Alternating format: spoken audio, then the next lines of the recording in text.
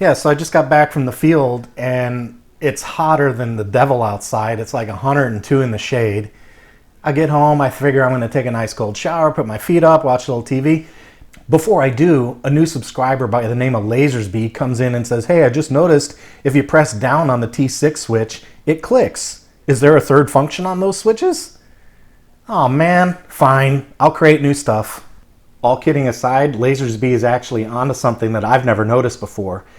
So watch what happens when you push on T6. I'm in the switches test monitor screen, and I'm simply gonna push down on the T6 button. I'm not gonna push it up or down like you would if you trim. I'm just gonna push down toward the radio. Watch this. Okay, notice what happens here. T6, both up and down illuminate at the same time. So there's not actually a third switch, but if you've got an up and down active at the same time, we can do something with that. Check this out. So as soon as he said that, the very first thing I did was ran over to logical switches and I made a logical switch configuration. I don't want to cover old ground. If you're not familiar with what an edge switch is, go watch the Edge and Sticky logical switches video I have on the channel. And it covers what all these things do. The first thing that I tried to do was say, well, I want an edge switch that says if 6 up is pressed and 6 down is pressed, illuminate. So that was the first thing I tried. And I'll show you. I'll just show you. Rather than talk about it, I'm going to show you. So here's L08 with 6 up. I'm going to AND that. Here's the AND switch. I'm going to AND that with 6 down. Okay, there's 6 down. Okay? So the theory is that if 6 up and 6 down are both illuminated, L08 should illuminate. Now watch what happens. I'm going to press down on T6. And you can see that 6 up and 6 down are both illuminated, but L08 doesn't light. I don't know why, but it doesn't light. So then I thought, okay, well, I'll get fancy and I'm going to make 2 edge switches. So I'm going to take the AND condition away. I'm going to get rid of that. Okay, the AND condition is gone now.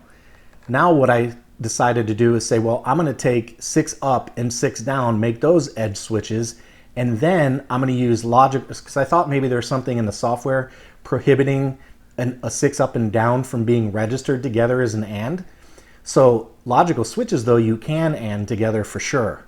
So I decided I'd take L8 and L9 and AND those together for a logical switch. So watch this. Okay, you can see that when 6 up and down are both illuminated, when I let go, L8 and 9 both go active. You see that? But 10 doesn't. So I don't know what's going on. It's kind of annoying. I'm like, why? Thanks, Lasersbee. I was about to get a cold shower and chill out, and I had to come back and work on this to figure out your question. Okay, so here's what I wound up doing that did work. Forget about the edge switches. I came down to L13 and just put an AND switch together that said AND 6 up and 6 down. Watch this. I'm going to press T6.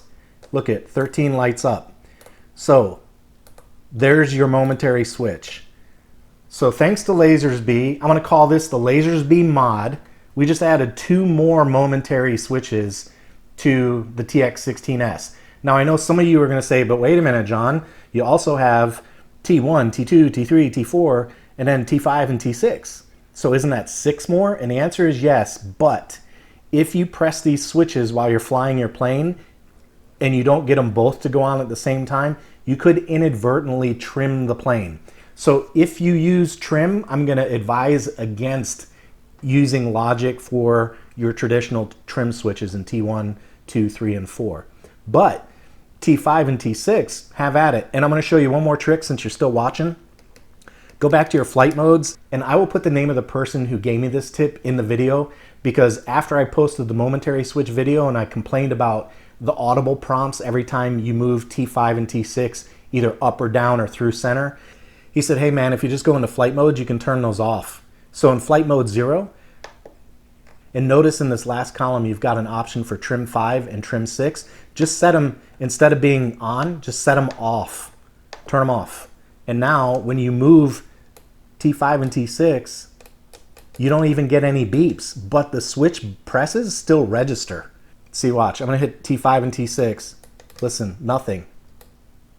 You can hold it all the way down, all the way up, nothing. So that's a really cool trick. You actually have now, I said in that first video that if there were some way to mute the audio, this would be perfect for momentary switches. And by turning those trim switches off in flight mode 0, that's exactly what you've done. So there's no audio anymore for T5 and T6. You can come down, you can go up, nothing beeps, nothing says you hit top or bottom or middle, and they just are turned into flat out momentary switches. And then thanks to Lasersbee for paying attention to detail, now we not only have the up momentary, the down momentary, we also have the in momentary. So real simple configuration, pick a logical switch, use the function AND, put 6 up, 6 down there, and all you have to do is press the button and check that out. L13 is lit. That's a free momentary switch, guys, no matter how you carve it. Lasersbee, good job, man. Thanks for pointing that out and sharing it. All the credit goes to you for finding that.